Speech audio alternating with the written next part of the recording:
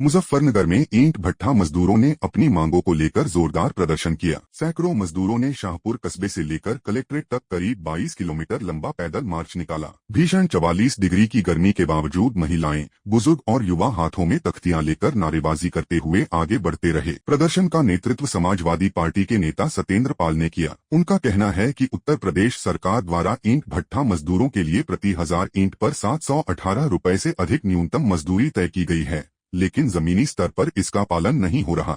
मजदूरों का आरोप है कि उन्हें तय मजदूरी नहीं मिल रही और कई जगहों पर आज भी बंधुआ जैसी स्थिति में काम कराया जा रहा है। इसके अलावा रहने की उचित व्यवस्था, साफ पानी, शौचालय और स्वास्थ्य सुविधाओं की भी भारी कमी बताई गई है। प्रदर्शन के बाद मजदूरों ने सिटी मैजिस्ट्रेट को मुख्यमंत्री और प्रधानमंत्री के नाम ज्ञापन सौंपा। उन्होंने चेतावनी दी कि अगर जल्द उनकी मांगों पर कार्रवाई नहीं हुई तो आंदोलन को और व्यापक किया जाएगा। समर्थन में यहाँ पर पैदल मार्च निकाला है, क्या कुछ मांग है? कहाँ से?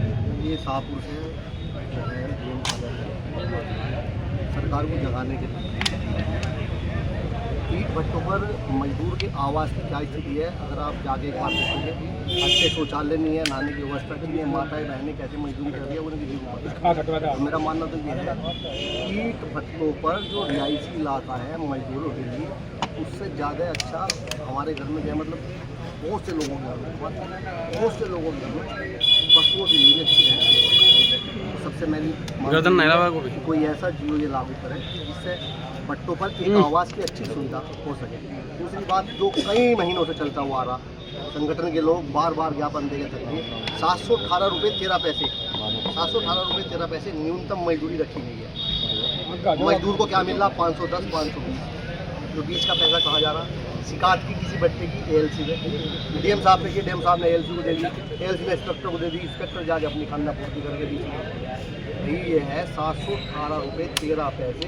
अगर अधिकारियों के बस की नहीं है, जो कि उनका कर्तव्य है, तो निश्चित रूप से उन्हें कुछ छोड़ देनी चाहिए। ये जो मजदूरों का आगे देखो, आज हमें तो आज ही पता चला में चल गया।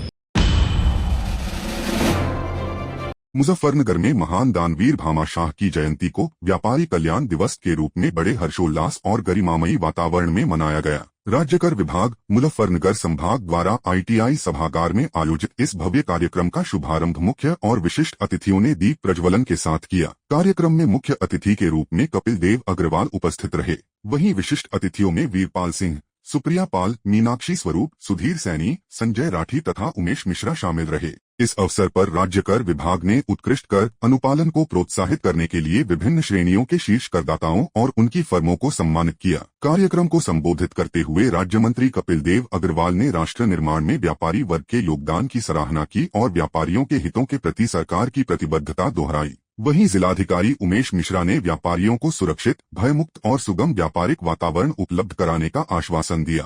आज ये हम सब के लिए सौभाग्य का विषय है कि आदरणीय मुख्यमंत्री योगी आदित्यनाथ जी के संकल्प से एक ऐसे महामानव, ऐसे महान व्यक्तित्व जो देश की एकता अखंडता को अपना सर्वस्व न्यौछावर करने का काम किया, आदरणीय बहुत ही सम्मानित भामा शाह जी, जिनकी जयंती आज है, और महाराणा प्रताप जी जो अकबर के साथ युद्ध कर रहे थे और एक स्थिति ऐसी आई जो लगभग युद्ध हार चुके थे और जंगलों में घास की रोटियां खा रहे थे, अपने सैनिकों को, अपने सेनापति को लेकर के जंगल में मुश्किलों के साथ जूझ रहे थे।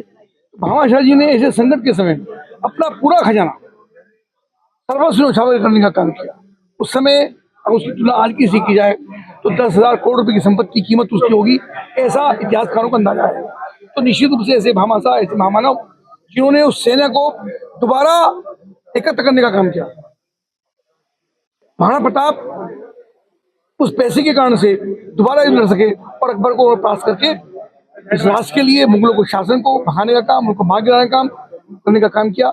ऐसे भामा शाह को नमन करते हैं, सत्प्रणाम करते हैं और पूरे प्रदेश की ओर से, सभी व्यापारी बंधुओं की ओर से और सभी वैश्य समाज के लोगों की ओर से आदरणीय मुख्यमंत्री योगी आदित्यनाथ जी को बहुत बधाई है कि उन्होंने इस महामानव की जयंती मनाने का काम पूरे प्रदेश के अंदर किया। GST विभाग के द्वारा कार्यक्रम हुआ, हमारे जिलाधिकारी, हमारे जिला पंचायत के अध्यक्ष, हमारे भाजपा के राष्ट्रीय लोकदल के जिलाध्यक्ष और मीनाक्षी स्वरूप जी जो नेपाल के अध्यक्ष हैं, और सैकड़ों से अधिक संख्या में लगभग 250 व्यापारी इस कार्यक्रम को। लोगों की इच्छा थी कि ऐसे महाव्यक्तित्व के लिए एक चौक की स्थापना की जाए, जो भगत सिंह रोड पर, जो शामी रोड पर जाता है, ईदगाह चौक बोलते हैं, चौकी के सामने, उस चौक का नाम भामा शाह चौक है। मुजफ्फरनगर में 17 वर्षीय युवक हुजैफा उर्फ मन्नू के लापता होने का मामला एक बार फिर चर्चा में आ गया है। पीड़ित परिवार ने पुलिस जांच पर सवाल उठाते हुए मामले की विवेचना किसी अन्य थाने को स्थानांतरित करने और आरोपियों को पुलिस रिमांड पर लेकर गहन पूछताछ कराने की मांग की है। पीड़ित पिता मुमताज अहमद का आरोप है कि उनका 17 वर्षीय पुत्र हुजैफा उर्फ मन्नू 18 मई 2026 को अपने 3 परिचित युवकों अबुजर, सुहेल उर्फ रिहान और आहद के साथ चितौड़ा झाल पर नहाने गया था। परिजनों के अनुसार शाम को तीनों युवक हुजैफा की मोटरसाइकिल लेकर वापस लौटे और बताया कि नहाते समय हुजैफा नहर में डूब गया। मामले में थाना सिखेड़ा में मुकदमा दर्ज किया गया, लेकिन परिजनों का आरोप है कि पुलिस ने समय रहते न तो विशेषज्ञ गोताखोरों की मदद ली और न ही डॉग स्क्वाड की सहायता से मौके की जांच कराई। परिवार का कहना है कि तीनों आरोपी पहले से ही हुजैफा से रंजिश रखते थे और उन्हें आशंका है कि उनके बेटे की हत्या कर शव को कहीं छिपा दिया गया है। पीड़ित परिवार ने आरोप लगाया है कि आरोपियों से पर्याप्त पूछताछ नहीं की गई, जिसके कारण अब तक मामले का खुलासा नहीं हो सका है। उन्होंने प्रशासन से मांग की है कि मामले की विवेचना किसी अन्य थाने को सौंपी जाए और आरोपियों को पुलिस रिमांड पर लेकर गहन जांच की जाए, ताकि उनके पुत्र के साथ हुई घटना की सच्चाई सामने आ सके। मेरा नाम अमन है जी। जो मामला ये है जी, हमारे छोटे भाई को लड़के बुला के ले गए जो उसके साथ थे, वे हमारे मोहल्ले के हैं। उसे फोन करके ले गए 3:15 बजे। 9:30 बजे रात को उन्होंने हमारे घर पे आके ये बताया, कहने लगे कि भाई आपका जो भाई था वो गुम हो गया, वो मिल नहीं रहा। फिर हमने वहाँ हमारी सिस्टर वगैरह ने सबने शोर उतारा, जैसे चीख पुकार हुई तो 2 लड़कों ने भागते हुए कहा वो पानी में डूब गया। और ये उनके हमारा जो नंबर है घर का, फैमिली का नंबर उन तीनों लड़कों के फोन में था ना। तो उन्होंने घर पे फोन करके बताया कि ऐसे बात होगी। होपलेस होने के बाद आदमी ऐसे ही काम करते, घर पे कॉल करता। ना उन्होंने घर पे कॉल करी, ना पुलिस को कॉल करी 112 को, और ना ही वहाँ किसी गाँव वालों को उन्होंने बुलाया। और जबकि वहाँ 24 घंटे गाँव वाले रहते हैं, नहाते रहते हैं। आपको पता चितौड़े नहर पे कितने लड़के जाते हैं शहर के और गाँव के नहाने, जबकि वहाँ कोई ऐसा पुख्ता सबूत नहीं है कि वो लड़का डूबा। ना किसी ने सुना और ना डूबते हुए देखा। पर पुलिस ने क्या करा, उन्हें लड़कों को कार्रवाई करके बिना रिमांड के सीधा जेल भेज दिया गया। उनका रिमांड भी सही तरीके से नहीं लिया गया और उन्हें जेल भेज दिया गया। पुलिस ने डीएम साहब ने इतना प्रयास करा था, एनडीआरएफ की टीम बुलाई थी, पर एनडीआरएफ के जो अधिकारी होते हैं उनसे बड़े अधिकारी से मैंने बात करी, क्योंकि मैं हुजैफा का बड़ा भाई हूँ। एनडीआरएफ की टीम ने मुझे ये कहा, कहने लगे 6 दिन तो बहुत ज्यादा हो गए, आपने बहुत लेट बुलाया। दूसरी बात ये है, क्या नाम उसका 3 दिन में, चौथे दिन में बॉडी ऊपर आ जाती है। और जो पहले 20 साल का एक्सपीरियंस है, जो पहली बार बॉडी रिकवर नहीं कर पा रहे हम, बॉडी इसमें है ही नहीं क्लियर बोलूं तो। उन्होंने ये बात मुझसे खुद कही है जी। 3 साल पहले इनकी लड़ाई हुई थी जी। उनमें 1-2 लड़के चोर भी हैं, चोर टाइप के। और ये जब ये कांड हुआ, कांड होने से पहले 1 दिन दोनों पहले आए। देखो सोची समझी साजिश है। एक देहरादून से आया, एक दिल्ली से आया, और अगले दिन उन्होंने 3 बजे वारदात कर दी। चोरी से हमारी बाइक घर पे खड़ी करके गए। जब हमने वहां देखा, जब ये पता चला, और फोन भी, जो मेरे भाई का फोन है, वो फोन भी रिकवर नहीं कर पाई पुलिस। इतनी नाकाम रही इस काम में। 5 दिन में रिकवर करा, वो भी जब हमने ज्यादा प्रेशर बनाया, हमने रोना धोना करा। बताओ हम क्या करें। उसके घर को ने 5 दिन बाद फोन दिया। अब बताओ कितनी नाकाम है पुलिस। हमारी मांग यही है, हमारा जैसा भी है भाई, जैसा भी कंडीशन, उसे हमें रिकवर कर दो, बस हमें यही मांग है। और इसमें एक बार रिमांड लेके लड़के ही पता बताएंगे। सिंपल सी बात है, लॉजिक नहीं इसमें कोई, सिंपल बात है। लड़कों को ही पता, किसी और को नहीं पता। लड़के सच बताएंगे। लड़कों से सच पूछा नहीं, वे पहले तो झूठ बोल रहे, कहना वो लड़का वहीं नहा रहा था। हमारे 2 आदमियों ने जाते हुए भी देखा, फोटोज भी हैं, पर फोटोज वाले जो फोटोज हैं वो फोटोज पुलिस हमें दे नहीं रही, कह रही कि कोर्ट से लेना। तो साहब ने ये बोला कि कहले आप कोर्ट में जाओ, उसका क्या बोलते हैं, रिमांड के लिए वो रखो। उसके बाद अगर होता है फिर मैं दोबारा पीसीआर के लिए बोला। अगर रिमांड उसमें पीसीआर मिल जाती है तो फिर मैं आपको दोबारा रिमांड करवाता हूँ दूसरे थाने से। और ये हम 40 दिन से कहता रहे, कोई और सा थाना कर लो। हम जो है एसओ जो है सिकेटा का, मुझसे संतुष्ट बिल्कुल नहीं है। मुजफ्फरनगर से एक गंभीर मामला सामने आया है, जहां एक विवाहिता ने अपने ससुराल पक्ष पर दहेज उत्पीड़न, मानसिक और शारीरिक प्रताड़ना तथा जबरन गर्भपात कराने जैसे गंभीर आरोप लगाए हैं। पीड़िता अतीशा का कहना है कि उसकी शादी वर्ष 2025 में उसकी इच्छा के विरुद्ध हरिद्वार निवासी रोहित से कर दी गई थी। पीड़िता के अनुसार शादी के बाद से ही उसे लगातार तानों और प्रताड़ना का सामना करना पड़ा। सबसे गंभीर आरोप यह है कि जब वह गर्भवती हुई तो पति और ननद ने मिलकर उस पर गर्भपात कराने का दबाव बनाया और दवाइयां देकर गर्भपात कराया गया। विवाहिता का यह भी कहना है कि गर्भपात के बाद उसकी तबीयत बिगड़ती गई, लेकिन ससुराल पक्ष ने इलाज कराने से इनकार कर दिया। उसने अपने मायके पक्ष पर भी गंभीर आरोप लगाए हैं कि उन्होंने शुरुआत में सहयोग नहीं किया। पीड़िता ने बताया कि उसने पुलिस को शिकायत दी थी, लेकिन कार्रवाई न होने का आरोप लगाते हुए अब मुख्यमंत्री से सुरक्षा और न्याय की गुहार लगाई है। फिलहाल यह मामला जांच के अधीन है और आरोपों की आधिकारिक पुष्टि पुलिस जांच के बाद ही हो सकेगी। अतीशा 11 अगस्त 2025 को मेरे घर वालों ने एक अनपढ़ आदमी के साथ मेरी शादी कर दी। वो दारू पीता था, मुझे मारता पीटता था। उसके बाद मुझे पता चला कि सितंबर में मैं प्रेग्नेंट हो गई हूँ। तो मेरे पति, मेरी माँ और मेरी ननद ने मिलकर मुझे गर्भपात की दवाई खिलवा दी। उसके बाद मेरी हालत ज्यादा खराब हो गई, मेरे दर्द होने लगे। मैंने जब अपनी माँ को बताया तो मेरी माँ कहने लगी कि अब तेरा ससुराल जाने, अब तो हमारी तरफ से जिए, हमें कोई मतलब नहीं है। उसके बाद मेरे पापा मुझे लेने के लिए आए मेरे ससुराल ही, क्योंकि मेरे मामा की शादी थी। जब मुझे शादी में ले जाने लग रहे थे, उसके बाद मेरे दर्द होने लगे। जब मुझे हॉस्पिटल में भर्ती करा गया तो उन्होंने कहा कि पति को बुलाओ। कोई भी नहीं आया मेरे ससुराल से। उसके बाद जब मेरा इलाज हो गया, फरवरी माह में मेरा फैसला हुआ। फैसले में दोनों परिवारों की सहमति थी कि हम एक दूसरे के ना साथ रहेंगे, और वे मेरे सहमति से सहमत हैं। उसके बाद मेरे घर वालों, मैंने 18 तारीख में एक एप्लीकेशन दी थी एसएसपी ऑफिस में कि मेरे घर वाले मुझे जबरन ससुराल भेजना चाह रहे हैं। वे नहीं माने। इससे पहले कि एसएसपी सर कोई एक्शन ले पाते, उससे पहले उन्होंने 21 तारीख में एक किराए की गाड़ी बुलवाई, मुझे जबरदस्ती हाथ पैर बंधवाए, घसीट के लेके गए और उसमें बंद कर दिया और मुझे मेरे ससुराल छुड़वाया। 2025 में हुई थी, 11 अगस्त 2025। उसके बाद जब अब मैं कंप्लेन करी थी, लेकिन जब मुझे वहाँ ससुराल लेके चले गए, उसके बाद मुझे बहुत मारा पीटा गया। जब मुझे मौका लगा तो मैं वहाँ से भाग के आई हूँ। अब एसएसपी सर से गुहार लगाने के लिए अब मैं अपनी दोस्त के घर रह रही हूँ। मुझे दोनों से ही खतरा है। मैं उन दोनों पे ही कार्रवाई चाहती हूँ और ये चाहती हूँ जो मेरा फोन है, मेरा सामान है, मुझे वापस कर दे। मैंने सब कुछ अपनी कमाई का ले रखा है। मैं अपने घर में भी रहती थी तो अपनी कमाई को करके खाती थी, अलग बनाती थी, खाना भी सब कुछ अलग करती थी। मैं पढ़ाती थी स्कूल में।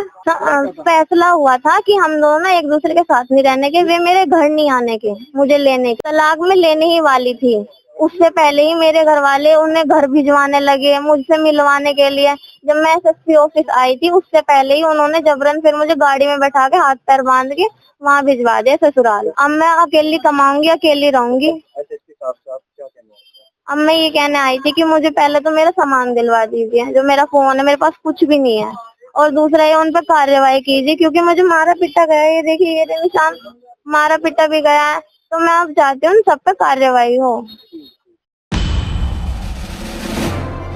उत्तर प्रदेश के मथुरा से एक बेहद दर्दनाक सड़क हादसे की खबर सामने आई है, जहां यमुना एक्सप्रेसवे पर तेज रफ्तार का कहर एक बार फिर देखने को मिला। मंगलवार सुबह करीब 4 बजे महावन थाना क्षेत्र में माइलस्टोन 112 से 113 के बीच यात्रियों से भरी एक वोल्वो बस आगे चल रहे ट्रेलर से जोरदार तरीके से टकरा गई। टक्कर इतनी भयावह थी कि बस का अगला हिस्सा पूरी तरह चकनाचूर हो गया और मौके पर चीख पुकार मच गई। बताया जा रहा है कि हादसे के वक्त अधिकांश यात्री गहरी नींद में थे, जिससे उन्हें संभलने का मौका तक नहीं मिला। इस भीषण दुर्घटना में 4 यात्रियों की मौके पर ही दर्दनाक मौत हो गई, जबकि करीब 25 लोग गंभीर रूप से घायल हो गए। घायलों में कई की हालत नाजुक बताई जा रही है, जिन्हें तत्काल नजदीकी अस्पतालों और जिला अस्पताल में भर्ती कराया गया है। हादसे की सूचना मिलते ही पुलिस प्रशासन और राहत बचाव दल की टीमें मौके पर पहुंची और तत्काल रेस्क्यू ऑपरेशन शुरू किया। बचाव कर्मियों ने बस में फंसे यात्रियों को बाहर निकालकर एम्बुलेंस के जरिए अस्पताल पहुंचाया। दुर्घटना के कारण एक्सप्रेसवे पर कुछ समय के लिए यातायात भी प्रभावित रहा। मथुरा के एसपी सिटी श्लोक कुमार ने बताया कि यह हादसा सुबह लगभग 4 बजे हुआ। पुलिस ने मृतकों की शिनाख्त की प्रक्रिया शुरू कर दी है और दुर्घटना के कारणों की जांच की जा रही है। प्रारंभिक जांच में तेज रफ्तार और चालक की लापरवाही को हादसे की एक बड़ी वजह माना जा रहा है। यमुना एक्सप्रेसवे पर लगातार हो रहे सड़क हादसे एक बार फिर सुरक्षा व्यवस्था और तेज रफ्तार वाहनों पर नियंत्रण को लेकर गंभीर सवाल खड़े कर रहे हैं। फिलहाल प्रशासन पूरे मामले की जांच में जुटा हुआ है। यमुना एक्सप्रेसवे पे एक्सीडेंट हुआ था, बस से एक्सीडेंट हुआ, बस और टैंकर में तो उसमें जो है करीब 24 लोग यहाँ आए। नहीं, यहाँ पे तो आए, वो तो उनकी हड्डी में फ्रैक्चर भी है कुछ के, थाई में है, थाई बोन में, और वो जो है उनको एडमिट कर लिया है। कुछ तो आगरा जा रहे हैं कि एसएन मेडिकल कॉलेज में, कुछ दिल्ली के रहने वाले दिल्ली जा रहे हैं अपने घर पर इलाज कराने। आज सुबह 4 बजे के लगभग यमुना एक्सप्रेसवे पर थाना राया क्षेत्र में 111 और 112 माइलस्टोन के बीच में एक डबल डेकर बस जो कि लखनऊ से चली थी, उसका एक्सीडेंट हुआ और वो सामने एक कंटेनर जा रहा था, उससे टकरा गई और उसमें 4 लोगों की मृत्यु हुई है और लगभग 25 के करीब जिसमें लोग घायल हुए हैं। मौके के निरीक्षण से और जो भी घायल हैं उनसे जो पूछताछ हुई उसके क्रम में प्राथमिक रूप से यह ज्ञात हुआ है कि जो बस का चालक था वो गाड़ी नहीं चला रहा था और उसके साथ एक जो परिचालक था वो गाड़ी चला रहा था और काफ़ी स्पीड में उसके द्वारा बस को चलाया जा रहा था और जो कंटेनर है वो अपने निर्धारित लेन पे चल रहा था और उसमें तेज़ गति के कारण एकदम से उसने बस ड्राइवर ने टर्न लिया और उसमें पीछे से जाके टकरा गया, जिसके चलते यह दुर्घटना हुई है। इसकी विस्तृत जांच भी कराई जाएगी। भोपाल से एक सनसनीखेज मामला सामने आया है, जहां एक युवक ने शशांक सिंह और retired special DG Shailesh Singh पर उसे बंधक बनाकर मारपीट करने के गंभीर आरोप लगाए हैं। पीड़ित युवक का दावा है कि वह करीब 3 दिन पहले काम की तलाश में रीवा से भोपाल आया था और शैलेश सिंह के बंगले पर काम करने पहुंचा था। युवक के अनुसार वहां पहुंचने के बाद उसे लंबे समय तक बिना भोजन और पानी के खड़ा रखा गया और उसके साथ अमानवीय व्यवहार किया गया। पीड़ित ने आरोप लगाया है कि बाद में आईपीएल क्रिकेटर शशांक सिंह ने उसे मोबाइल देने का झांसा दिया। युवक का दावा है कि इसके बाद शैलेश सिंह, उनकी बहन और ड्राइवर के साथ मिलकर उसके साथ बेरहमी से मारपीट की गई। युवक ने पूरे मामले की शिकायत संबंधित अधिकारियों से करते हुए न्याय की मांग की है। वहीं इस घटना के सामने आने के बाद मामला चर्चा का विषय बन गया है और पुलिस से निष्पक्ष जांच की मांग की जा रही है। फिलहाल इन आरोपों के संबंध में संबंधित पक्षों की ओर से आधिकारिक प्रतिक्रिया सामने आना बाकी है। मामले की जांच के बाद ही आरोपों की पुष्टि हो सकेगी। मेरे को यहाँ काम पे भेजा गया था, वहाँ से एक आरडी मिश्रा है करके, वो बोले कि वहाँ चले जाओ, ऐसा ऐसा है, नौकरी मिल जाएगी, किचन का काम रहेगा, 15,000 देंगे और 2 लोगों का खाना बनाना रहेगा, कुछ नहीं रहेगा, आराम से खाना बनाना, एसी में रहना और कुछ काम नहीं है। उसके बाद 3 महीने बाद मैं तुमको सरकारी लगवा दूंगा साहब से करके, वो डीजीपी हैं और तुरंत नौकरी में लगा देंगे। पूरा डॉक्यूमेंट लेके आओ। मैं पूरा डॉक्यूमेंट लेके आया। यहाँ आया तो पता चला, जैसे ही अंदर गया तो मैं देखा पूरा दिन खड़े रहो, कंटिन्यू एकदम कुत्ते के जैसा काम है। हर जगह जो बोले वो करो, नहीं तो गाली देता है। वहाँ जो लोग काम कर रहे हैं वो भी ऐसे ही कर रहे हैं, सुन के कर रहे हैं पूरा दिन। तो मैं बोला सर मैं नहीं कर पाऊँगा, हाथ जोड़ के निवेदन है। 2 लोगों का नाम पता है, मेन शैलेश सिंह और उनका लड़का शशांक सिंह राजपूत, जो क्रिकेटर है, पंजाब किंग्स 11 से आईपीएल खेला था, और एक उनका ड्राइवर है आरपी मिश्रा, और उनकी बहन भी आके वो भी मार रही थी और उनकी माता वहाँ खड़ी, वो गाली बस दे रही थी, वो मारी नहीं, वो दूर खड़ी थी। उत्तराखंड की राजधानी देहरादून में एक बड़ी आगजनी की घटना सामने आई है। शहर के त्यागी रोड स्थित खालसाकार एसेसरीज की दुकान में अचानक भीषण आग लगने से इलाके में हड़कंप मच गया। आग की लपटें इतनी तेज थीं कि आसपास के क्षेत्र में धुएं का घना गुबार फैल गया। सूचना मिलते ही दमकल विभाग और पुलिस की टीमें मौके पर पहुंची और आग पर काबू पाने के प्रयास शुरू कर दिए। प्रारंभिक जानकारी के अनुसार दुकान के मालिक का नाम अंगत बताया जा रहा है। फिलहाल आग लगने के कारणों का पता नहीं चल सका है और मामले की जाँच की जा रही है। राहत की बात यह है कि अभी तक किसी के हताहत होने की सूचना नहीं मिली है।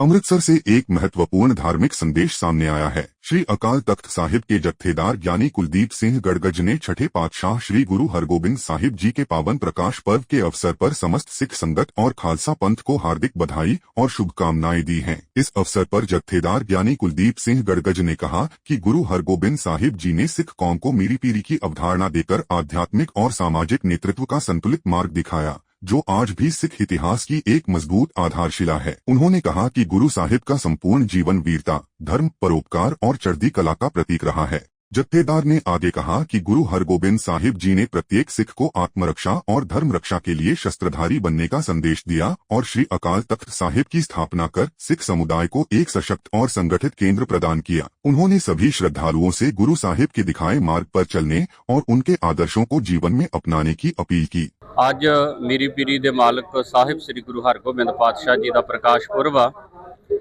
ਅੱਜ ਦੇ ਦਿਨ ਮਾਤਾ ਗੰਗਾ ਜੀ ਦੀ ਮੁਬਾਰਕ ਕੁੱਖ ਤੋਂ ਸ੍ਰੀ ਗੁਰੂ ਅਰਜਨ ਦੇਵ ਜੀ ਮਹਾਰਾਜ ਜੀ ਦੇ ਘਰ ਗੁਰੂ ਕੀ ਵਡਾਲੀ ਵਿਖੇ ਗੁਰੂ ਹਰਗੋਬਿੰਦ ਪਾਤਸ਼ਾਹ ਜੀ ਦਾ ਪ੍ਰਕਾਸ਼ ਹੋਇਆ। ਗੁਰੂ ਹਰਗੋਬਿੰਦ ਪਾਤਸ਼ਾਹ ਜੀ ਨੂੰ ਜੋ ਸ਼ਾਸਤਰ ਵਿਦਿਆ ਵਾ ਉਹ ਪੂਰਨ ਬ੍ਰਹਮ ਗਿਆਨੀ ਬਾਬਾ ਬੁੱਢਾ ਸਾਹਿਬ ਨੇ ਸਿਖਾਈ ਔਰ ਉਹਨਾਂ ਨੂੰ ਹਰ ਤਰੀਕੇ ਦੇ ਨਾਲ ਸ਼ਸਤਰ ਵਿਦਿਆ ਦੇ ਵਿੱਚ ਨਿਪੁੰਨ ਕੀਤਾ। ਗੁਰੂ ਅਰਜਨ ਦੇਵ ਜੀ ਮਹਾਰਾਜ ਜੀ ਦੀ ਹਜ਼ੂਰੀ ਦੇ ਵਿੱਚ ਹੀ ਉਹਨਾਂ ਦੀ ਸਾਰੀ ਨਾਲ ਦੀ ਨਾਲ ਤਾਲੀਮ ਹੁੰਦੀ ਆ। ਔਰ ਜਦੋਂ ਗੁਰੂ ਅਰਜਨ ਦੇਵ ਜੀ ਮਹਾਰਾਜ ਲਾਹੌਰ ਜਾਣ ਲੱਗਦੇ ਆ ਸ਼ਹੀਦੀ ਲਈ, ਉਹਦੇ ਤੋਂ ਪਹਿਲਾਂ ਉਹਨਾਂ ਨੇ ਗੁਰੂ ਹਰਗੋਬਿੰਦ ਪਾਤਸ਼ਾਹ ਨੂੰ ਗੁਰਿਆਈ ਦਿੱਤੀ ਔਰ ਗੁਰਿਆਈ ਮਿਲਣ ਤੋਂ ਬਾਅਦ ਗੁਰੂ ਹਰਗੋਬਿੰਦ ਪਾਤਸ਼ਾਹ ਨੇ ਮੀਰੀ ਤੇ ਪੀਰੀ, ਧਰਮ ਤੇ ਰਾਜਨੀਤੀ, ਭਗਤੀ ਤੇ ਸ਼ਕਤੀ ਇਹਦੀਆਂ ਦੋ ਤਲਵਾਰਾਂ ਧਾਰਨ ਕੀਤੀਆਂ। ਦਿੱਲੀ ਦੇ ਤਖਤ ਤੇ ਦੁਨੀਆ ਦੇ ਸਾਰੇ ਤਖਤਾਂ ਤੋਂ ਉੱਚਾ ਸ਼੍ਰੀ ਅਕਾਲ ਤਖਤ ਸਾਹਿਬ ਦੀ ਸਿਰਜਣਾ ਕੀਤੀ। ਖਾਲਸਾ ਫੌਜ ਦੀ ਉਹਨਾਂ ਨੇ ਸਿਰਜਣਾ ਕੀਤੀ ਔਰ ਜਿਹੜੀ ਲੋਕਾਂ ਦੇ ਮਨਾਂ ਦੇ ਵਿੱਚ ਗੁਲਾਮੀ ਸੀ, ਉਸ ਗੁਲਾਮੀ ਨੂੰ ਕੱਢਣ ਦੇ ਲਈ ਹਰ ਸਿੱਖ ਨੂੰ ਸ਼ਸਤਰਧਾਰੀ ਹੋਣ ਦੀ ਗੱਲ ਆਖੀ ਔਰ ਸ਼੍ਰੀ ਅਕਾਲ ਤਖਤ ਸਾਹਿਬ ਦੇ ਨਾਲ ਸਮੁੱਚੀ ਕੌਮ ਨੂੰ ਜੋੜ ਕੇ ਹਮੇਸ਼ਾ ਹੀ ਅਕਾਲ ਤਖਤ ਸਾਹਿਬ ਦੀ ਤਾਬਿਆ ਚੱਲਣ ਦਾ ਹੁਕਮ ਦਿੱਤਾ। ਗੁਰੂ ਹਰਗੋਬਿੰਦ ਪਾਤਸ਼ਾਹ ਜੀ ਦੇ ਮੁਬਾਰਕ ਪ੍ਰਕਾਸ਼ ਪੁਰਬ ਤੇ ਮੈਂ ਸਮੂਹ ਗੁਰੂ ਨਾਨਕ ਨਾਮ ਲੇਵਾ ਸਿੱਖ ਸੰਗਤਾਂ ਖਾਲਸਾ ਪੰਥ ਨੂੰ ਲੱਖ ਲੱਖ ਲੱਖ ਲੱਖ ਵਧਾਈ ਦਿੰਦਾ। सरकार अपना काम कर रही है, महाराष्ट्र सरकार काम कर रही है, बिहार सरकार पूरी सहयोग करेगी। इस लीक माफिया चाहे कोई हो देश में, किसी भी कोने में हो, किसी भी राज्य सरकार को, खासकर एनडीए की राज्य सरकार तो उसे नहीं छोड़ेगी। घमंडियों को पता नहीं भाई गलत क्या कहा है। हमारे राष्ट्रीय अध्यक्ष जी ने बिल्कुल सही कहा है। वो तो खुद बिहार में इतने दिन से सक्रिय राजनीति में रहे, एमएलए रहे, मंत्री रहे और 15 साल में बिहार में क्या राहुल गांधी 15 बार आए हैं क्या बिहार जैसे राज्य में? तो इसको पार्ट टाइम पॉलिटिक्स नहीं कहेंगे। तो अभी भी विदेश का मज़ा ले रहे हैं, थोड़ा सा मेडिटेशन कर रहे हैं। मेडिटेशन टूटेगा फिर आएंगे यहाँ पे प्रवचन देने।